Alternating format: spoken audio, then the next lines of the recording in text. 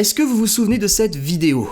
Alors, le bilan de cette hardcover, j'avais demandé du mat et je me retrouvais avec du brillant. Alors, est-ce que c'est grave ? Non. C'était le 19 décembre 2018, soit il y a plus d'1 an et demi. Vous vous en êtes peut-être déjà rendu compte, mais je n'ai jamais vraiment publié cette version hardcover. Pendant 1 an et demi, c'est un projet qui est resté en suspens, principalement à cause d'un sujet que j'aborderai plus tard dans la vidéo, mais surtout parce que c'est pas Amazon qui s'occupe d'imprimer ce machin, c'est un autre service qui s'appelle Ingram Spark. Et la particularité de ce service, c'est que vous avez intérêt à leur envoyer un fichier propre, parfait. Parce que, en plus de payer 50 € l'inscription d'un seul titre, vous serez facturé de 25 putains d'euros à chaque modification apportée au livre. Par exemple, si je décide de changer un détail sur la couverture et sur le texte, bah ça sera double facturation quoi. Autant dire que ça dissuade tout de suite d'essayer plusieurs choses. Mais du coup, on l'ouvrira en fin de vidéo. Est-ce que ça correspondra à mes attentes ? Absolument pas.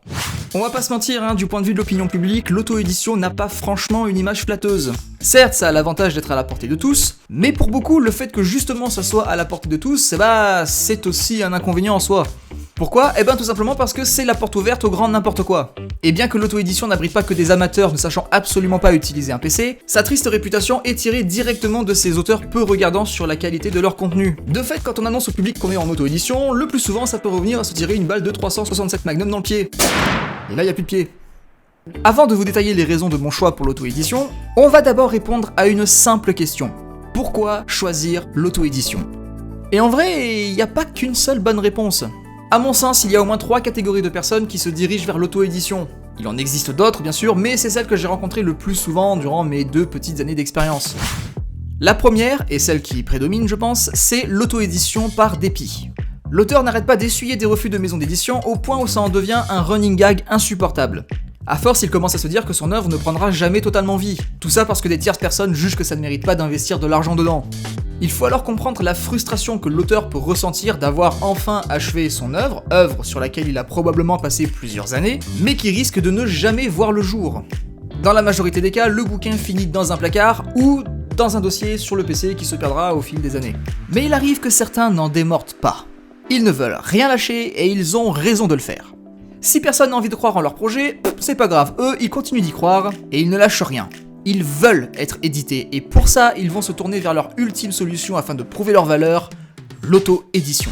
Bon, entre parenthèses, il y a aussi la sous-catégorie où les auteurs ont vécu des expériences abominables avec les maisons d'édition et ont décidé du coup de se démerder tout seuls. D'ailleurs, c'est un phénomène qui arrive de plus en plus, mais ça, on y reviendra après. La deuxième catégorie de personnes, c'est celles et ceux qui en ont rien à foutre d'être publiés par une maison d'édition. Ils s'en foutent de connaître le succès, voire même d'être lus, tout simplement.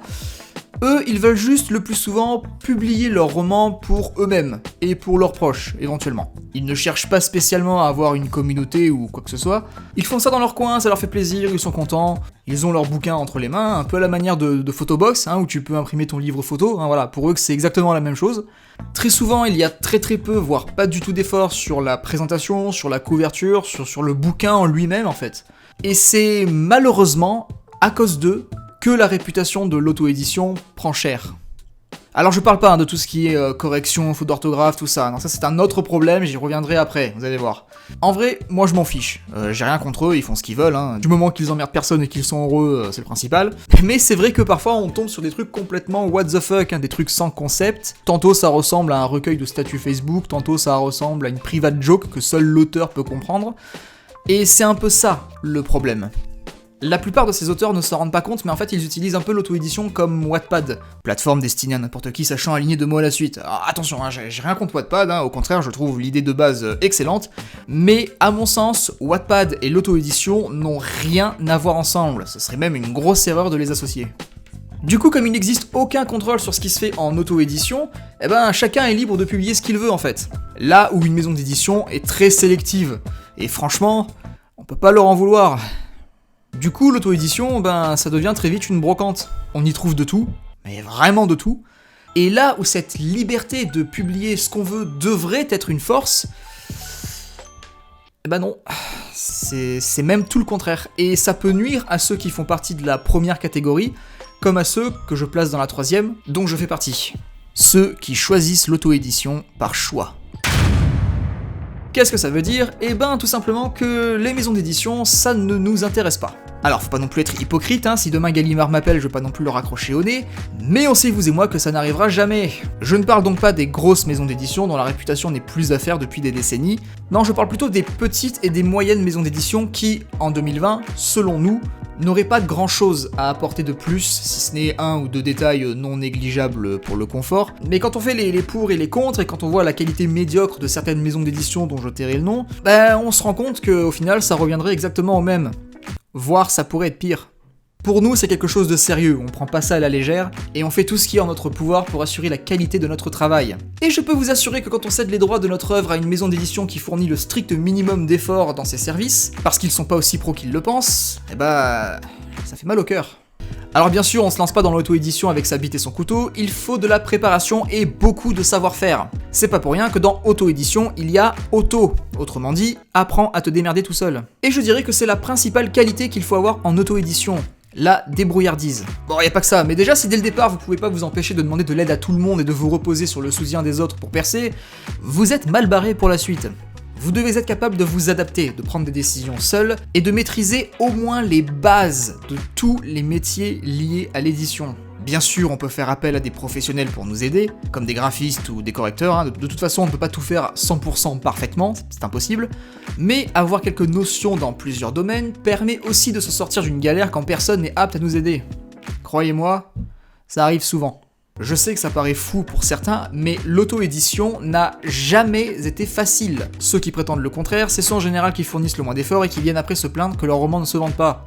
D'ailleurs, c'est probablement eux qui vont mettre des pouces rouges sous la vidéo. Comprenez que se dire auteur en auto-édition, c'est pas suffisant pour le public.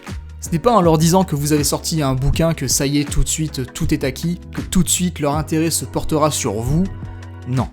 D'ailleurs, à part trouver ça cool pour vous, tout le monde s'en fout.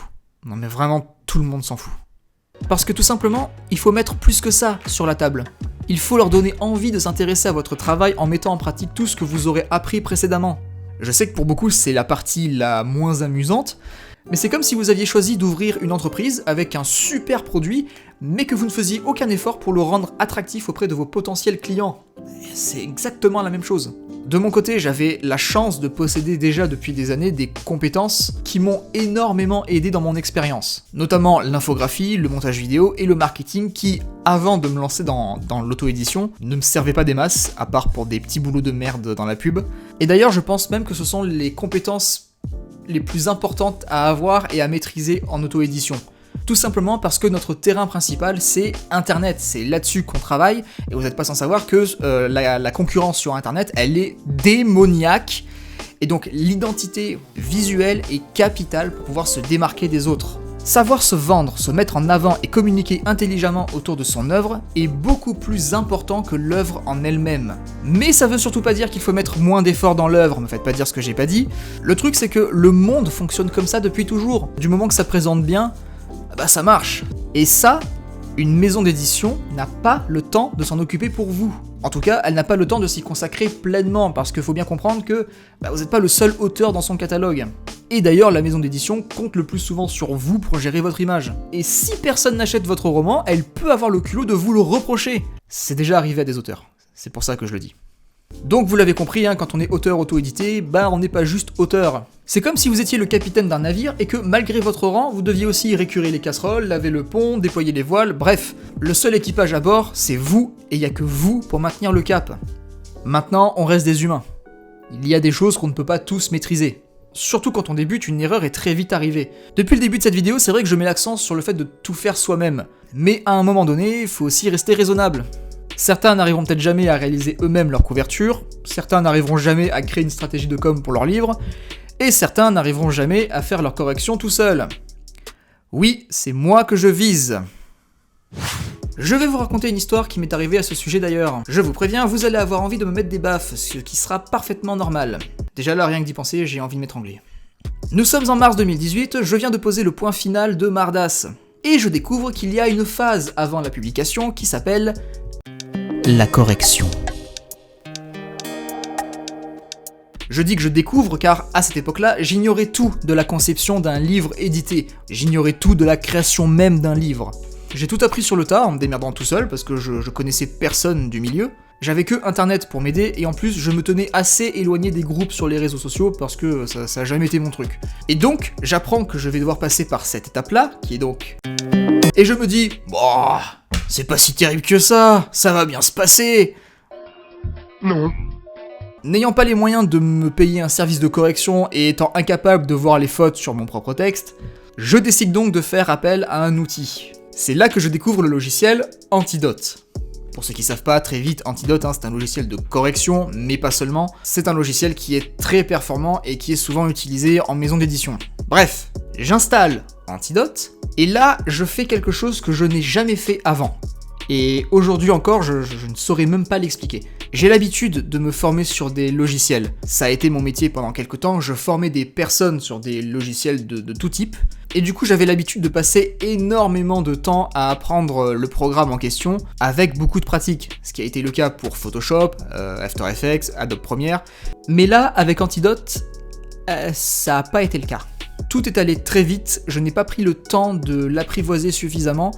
Et avec le recul, putain, j'aurais tellement dû lire le manuel. S'il y a des correcteurs ou des correctrices pro là qui regardent la vidéo, je vous préviens, vous allez souffrir.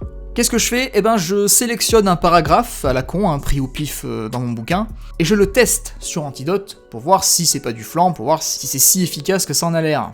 Coup de chance, il m'a détecté plusieurs vraies fautes. Je dis vraies fautes parce que, vous allez voir, ça va être drôle. À l'époque, mon niveau de français était pas ouf, j'étais en train de tout réapprendre depuis le collège, donc c'était très compliqué pour moi.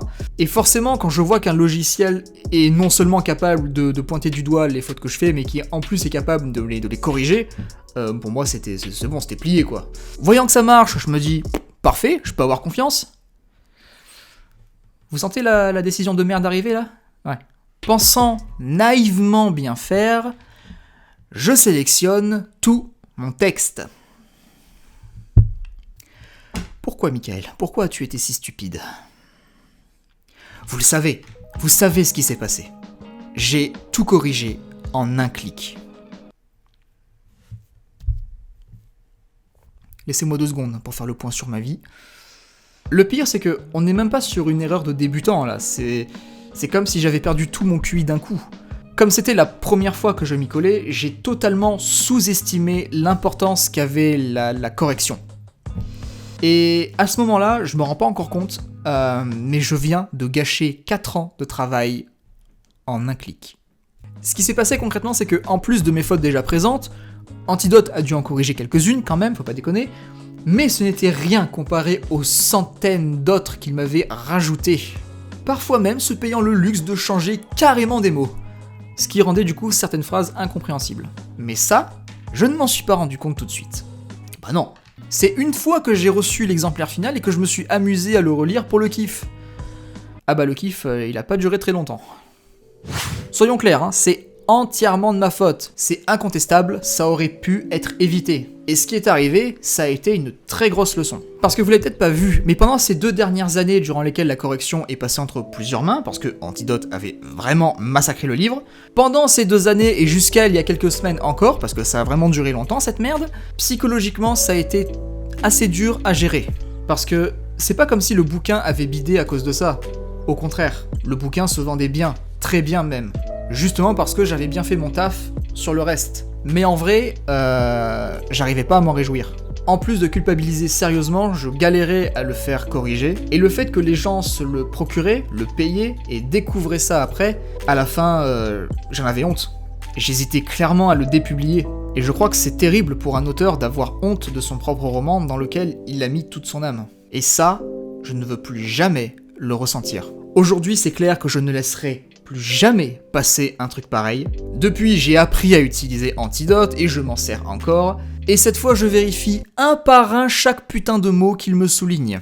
Et je ne fais plus ma correction seul. Rassurez-vous. Voilà, j'avais envie de partager ça un peu avec vous, histoire de clôturer ce putain de chapitre des ténèbres. À l'heure où je vous parle, le bouquin a subi une intervention chirurgicale. Maintenant, c'est fini, je respire, je peux avancer. Et enfin penser à des projets que je me refusais justement à cause de ça. Et en parlant de ça... Vous comprenez maintenant pourquoi j'ai attendu avant d'avoir une correction propre ? Alors, je vais prendre ma petite caméra et on va déballer ça ensemble. Les vrais unboxings. Hein. La qualité est là. Alors, voyons voir un peu. Dans la première vidéo, j'avais dit que je m'étais plaint, oui je m'étais plaint, on peut dire ça comme ça, que la couverture était en brillant, et du coup ça m'avait un peu saoulé parce que j'avais commandé du mat. Alors cette fois, il est arrivé en mat, donc on est sur une version hardcover. Alors fais voir un peu... Ouais. Alors je sais pas pourquoi, j'ai l'impression que ce mat là, alors je sais pas si c'est un problème d'impression ou si c'est le mat de Ingram Spark qui est comme ça, mais vous voyez, on dirait que... Attends, j'approche la caméra. Des espèces de pâtes paillettes, mais de petites taches comme ça, là. Et je sais pas, on dirait un petit problème d'impression, parce que ça apparaît aussi sur la couverture, sur le devant. Donc voilà, c'est un peu dommage. Maintenant, on va voir un petit peu comment c'est à l'intérieur. Ouais, pareil, là aussi, hein, on voit, hein, c'est... Je sais vraiment pas ce qui s'est passé, hein. En tout cas, c'est pas très joli. Moi, j'aime pas trop ça. Donc, je pense que la prochaine version que je vais commander, je pense que je vais la faire en brillant. On va rester sur du brillant.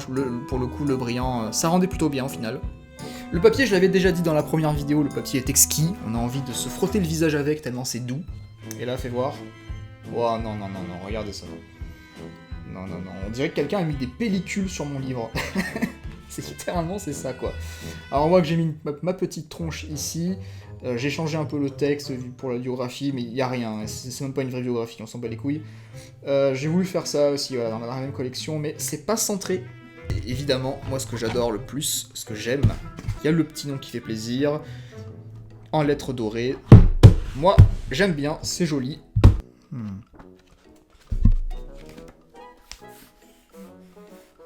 Non mais le papier est doux, hein, j'y peux rien, c'est vraiment... c'est très agréable. Est-ce qu'il sent bon? Attends.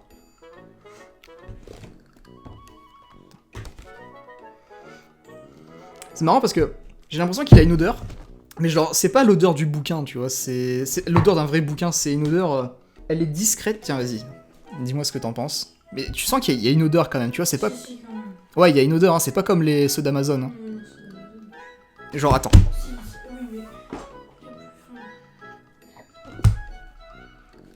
Écoute, je sens des livres depuis que j'ai 10 ans. Tu sens quand même... Oui, mais parce que celui-là, il est plus... Après, oui, c'est pas le même papier, c'est pas la même impression, mais tout ça, mais... Ça, mais moins fort. Ouais, c'est vrai.